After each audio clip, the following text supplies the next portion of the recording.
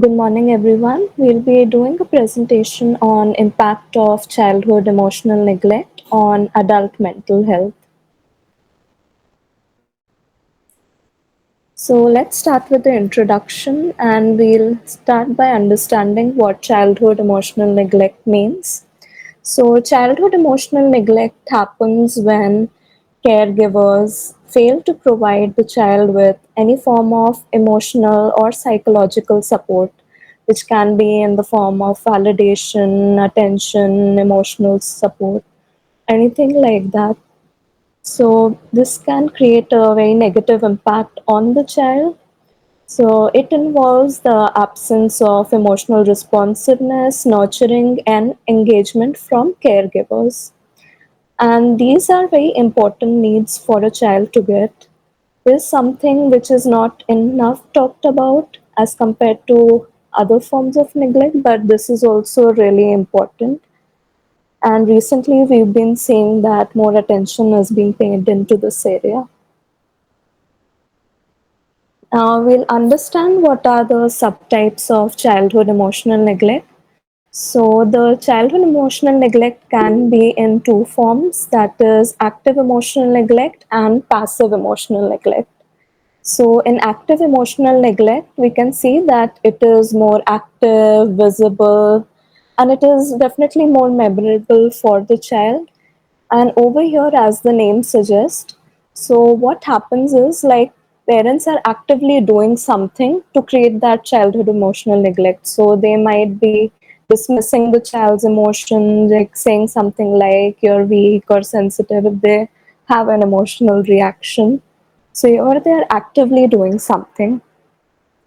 In passive emotional neglect, it happens by the act of omission. So here the parents are not doing something.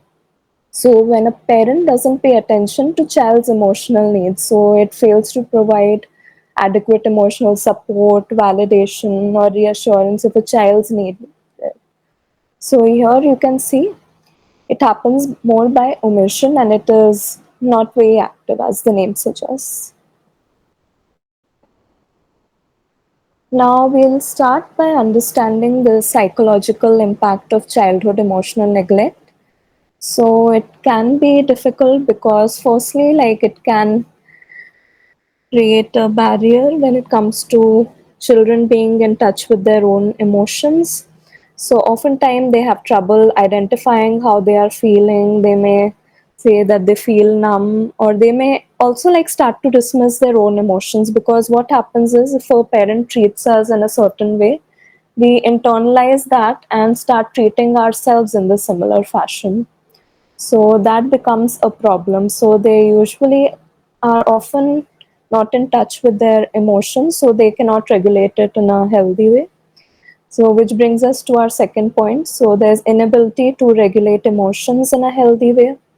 So in order to regulate our emotions in a healthy way, we have to first identify and like accept what we are feeling so that we can learn how to manage it. But the first step, which is the identification, is only not present. So regulation of emotions can't happen in a very healthy way. Then next is there's development of low self-esteem and shame, because what happens is in childhood, if your emotions are constantly dismissed or shamed, what happens is like the child starts to develop sort of a low self-esteem, because they are internalizing that and they are like neglecting their emotions and having like shame around it. So that creates low self-esteem or confidence issues. Next is attachment issues. This is also very common.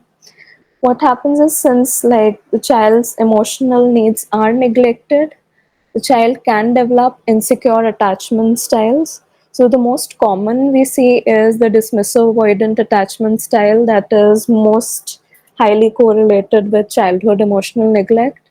And in certain cases it can come to like the disorganized attachment style or the fearful avoidant attachment style as well. And lastly, it can create an anxious attachment style, but that's a little more rare. So that is what happens over here. child cannot like form healthy connection with others. It forms that fear of intimacy. And next is stress internalization and overthinking. At times, see, what we can see is the child doesn't learn how to manage stress in a very healthy way. It might internalize it or maybe like overthink about things. So that is also something that can happen. And lastly, we have certain disorders that can take place. So, people who go through childhood emotional neglect are at an increased risk of developing some disorders, which can include anxiety disorders, depression, or mood disorders, substance use disorders, eating disorders, PTSD, and complex PTSD as well in certain cases. So, these are the disorders that happen due to childhood emotional neglect. Now we learn about the cognitive and behavioral patterns which happen due to childhood emotional neglect. So, cognitive distortion and negative thought patterns are common. So, usually these can be negative beliefs that we have about ourselves or about the world or other people. So there can be some beliefs that might not serve an individual in the best way. So examples of those can be that the belief that something is wrong with me or I'm defective. These are some of the beliefs that can come up, or I'm not enough, and they might actually like try to work excessively to deal with their inner issues if they feel unworthy or anything like that, or they have trust issues, or they can form this belief that people can't be trusted in the world, and they at times become very hyper independent, and they have this fear of relying on others also. So that's why they have this belief that people can't be trusted. So these are some of the common beliefs and cognitive distortions that can come up. Apart from that, maladaptive behavior is very common. So there can be substance abuse or eating disorders. At times, what happens is the reason for that is like substance abuse or like eating disorders, especially like binge eating and all. What they can do is they can provide temporarily relief, and they can sort of help you numb out emotions because they have shame around their emotions. They don't want to like get in touch with their emotions, so they might use certain behaviors that might be a little unhealthy to deal with their emotional issues. And next we see there are like certain changes in brain due to childhood emotional neglect. So there are like certain neurological changes that can take place. So the first one is decreased in the size of corpus callosum, which integrates the cortisol functioning, motor sensory, and cognitive performance. So this is a part of a brain that joins the right and the left hemisphere together and performs many other functions, as we can see. Next is there's a decrease in size of hippocampus. Now hippocampus is really important in the formation of memory and learning, especially like long-term memories. So if there's going to be decrease in size, that's why we often say like people who have gone through childhood emotional neglect might at times say things like, I don't remember what my childhood was like, which is very common. And we can see like decrease in size of hippocampus could be impacting that. And next is less volume in the prefrontal cortex, which affects behavioral, emotional balance, and perception. Prefrontal cortex is something that performs executive functioning, and it is located at the front part of the brain. Next is overactivity in the amygdala region. So, amygdala is responsible for the fight or flight. So, there are issues over there also. That's why, like, their brains are like in a very low level light response, and oftentimes they are in that hypoarousal state in the nervous system. If we talk about next is dysfunction at different levels of hypothalamic pituitary adrenaline, that's the HPA axis. Now HPA axis is really important in the stress response, and previously we had also seen that these people who go through childhood emotional neglect can have problems dealing with stress. So there are problems with the HPA axis as well. So now Urvi is going to explain further. Thank you, Sanjana. Emotional neglect during childhood can significantly impact interpersonal functioning, and we'll see what areas exactly it might affect in. First, when we talk about difficulties in forming and maintaining healthy relationships, there's a lot of difficulty in healthy communication and expressing needs. So, individuals who have experienced neglect may struggle to express their needs, their desires, and that leads to frustration and their needs not being met. Um, Poor communication skills also make resolving conflicts challenging, and they result in unresolved issues and causing relationship strain. They also tend to avoid relationships altogether, and this leads to social withdrawal and isolation, and that further exaggerates the feelings of loneliness and disconnectedness. This chronic loneliness can lead to a lack of meaningful connection and can contribute to the depression and anxiety. Next, we see attachment issues, and adding on to what Sanjana already mentioned, it leads to insecure attachment styles like anxious, avoidant, or disorganized, and this also prevents them in forming and maintaining healthy relationships. There's also fear of abandonment, where they constantly feel fear of people leaving them, and that leads to clinginess or neediness in relationships. Second, fear of intimacy. Um, they feel this fear of being vulnerable and getting hurt. This can cause individuals to avoid intimacy altogether, and therefore they're not able to deeply connect with other people. They might keep themselves at a distance, maintain an emotional distance, even being in relationships. Next, they develop a mistrust of people because of the emotional neglect that they have already faced, and it leads to a sort of guarding up of their emotions and this reluctance of opening up. They also become really suspicious of other people and their intentions and their motives, and that can also hinder the development of trusting relationships in their life. Next, they face issues with emotional regulation. It may be on two ends of the spectrum.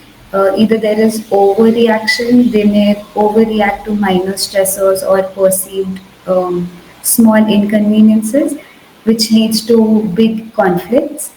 Or the other end of the spectrum, that becomes suppression, that is, they suppress their emotions and hence they appear distant or they're not responsive in relationships.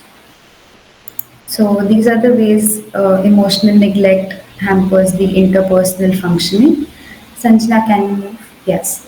Now next, what factors individually can help build resilience in individuals? First, temperament. Now, the individual temperament, if it's easygoing or adaptable, that can serve as a buffer against the adverse effects. Individuals that have such a temperament may be more resilient to the stress that they face, and they might be able to maintain emotional stability. Next, cognitive skills. Now, strong problem solving abilities help individuals in developing effective coping mechanisms. So, they're able to find solutions and navigate the challenges that they face. Third, self efficacy. Self efficacy is the strong belief in one's own ability to influence the events and outcomes in their life. Individuals that have tend to have high self-efficacy are more likely to take more steps, proactive steps to improve their situations. Okay. Yes. Next, we talk about cultural and social influences. Firstly, there are a lot of differences that culture arises in parenting styles also. For example, in collectivist cultures, the family's needs and harmony, they take precedence over individual emotional expression. So that leads to emotional neglect if this child needs individual attention, and it is overlooked by the parents.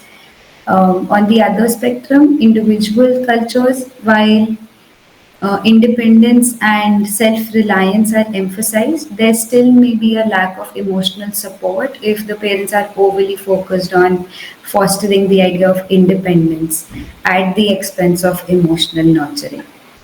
Next, the stigma around mental health.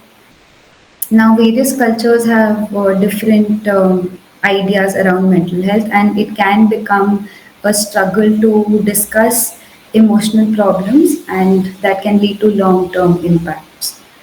Third, socio-economic factors. Resource availability is one thing that is affected because families from lower economic, socio-economic backgrounds may struggle to provide adequate emotional support due to stresses related to financial instability, long working hours, lack of access to mental health resources. Next, gender roles and expectations. Now, traditionally, even in India, boys might be discouraged from expressing emotional vulnerability or seeking support, and that leads to unaddressed emotional neglect. Girls, on the other side, might be socialized to prioritize others' needs over their own.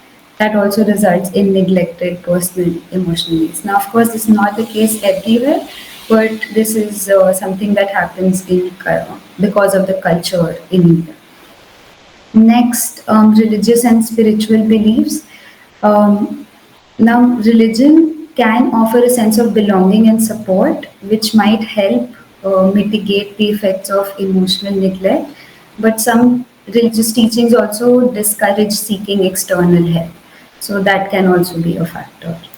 Now, moving ahead, how therapeutic intervention can help is when an individual signs up for individual therapy, the therapist can tailor the sessions according to the unique needs of the individual, helping them explore their personal history and the specific effects that they have faced because of the emotional neglect phase. Therapists can teach strategies for maintaining and expressing emotions healthily. It can help individuals identify and understanding the negative patterns that have emerged as a result of the neglect phase. Um, Individual therapy can also provide tools and strategies to cope better with emotional difficulties. Some modalities that can be used are CBT, which will help in focusing on the negative thought patterns that have resulted. DBT will help in um, ensuring that mindfulness techniques can be used to manage the current relationship and emotional stability.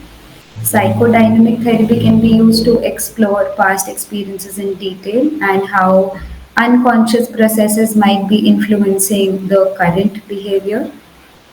Humanistic therapy can be used to focus on personal growth and self acceptance. Overall, a holistic, trauma informed approach will be best for gauging the severity of the impact on the individual. Next, if we speak of group therapy, it can involve individuals working together, and this helps in the areas of shared experiences, which helps them in feeling less isolated in their struggle.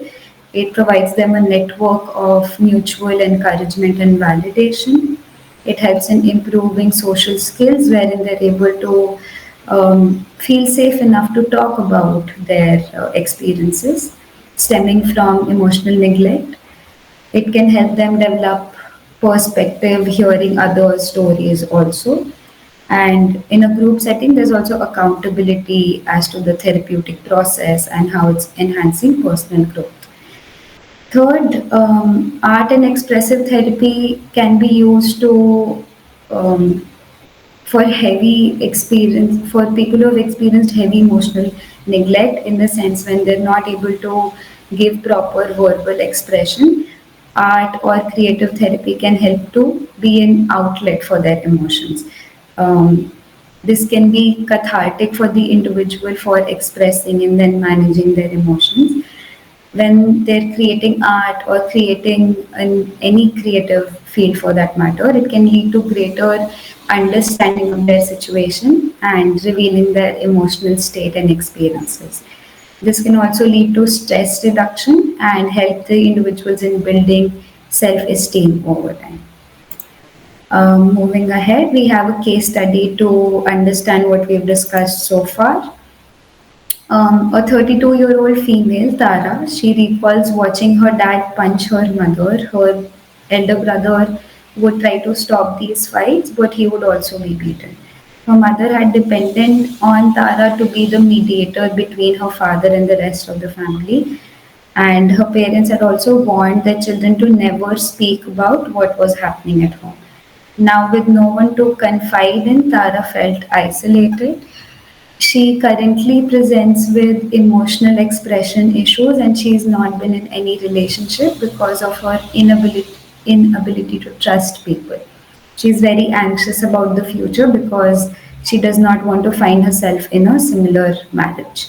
Now, how discussing some points on how childhood emotional neglect has affected Tara in the now.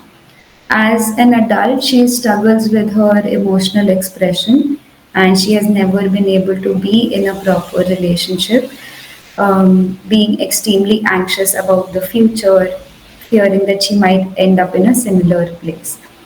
Now, the environment that she faced early on is likely to have caused her to develop hypervigilance, being super anxious about situations and trusting people. um, Being forced into the mediator role had reversed the parent child dynamic and that had placed adult responsibilities on Tara very at a premature stage that deprived her of a nurturing and supportive place or childhood. Now, keeping this abuse a secret because their parents asked to not speak about it, that led to internalizing feelings of shame and guilt related, because she might have felt that she was somehow responsible for the dysfunction in her family. And it made it challenging for her to be vulnerable and open up about her feelings, which indirectly impacted her ability to form deep and trusting relationships. Lastly, the lack of control she experienced that also contributed to her anxiety, and she has struggles related to uncertainty and fears that she might not be able to prevent a recurrence of what she has already faced in her life. Now, the techniques that can be helped, we already discussed that early on, and specific subjective techniques according to Tara can be implemented so that she is able to better foster emotional stability and is able to in the long term slowly and steadily start trusting people, and manage her emotions effectively. All right. Moving ahead, we come to the question and answer round. Firstly, which of these is a sign of childhood emotional neglect? First, difficulty in trusting people. Second, expressing emotions well. Third, issues pertaining to self-esteem. It can be more than one answer. You can type in the chat box.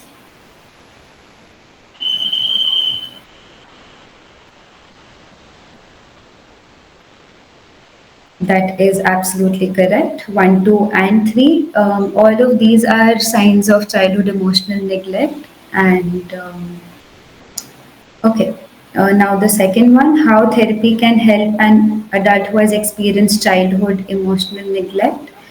Identification of neglect, addressing unresolved emotions, developing healthier ways of coping with stress and challenging emotions.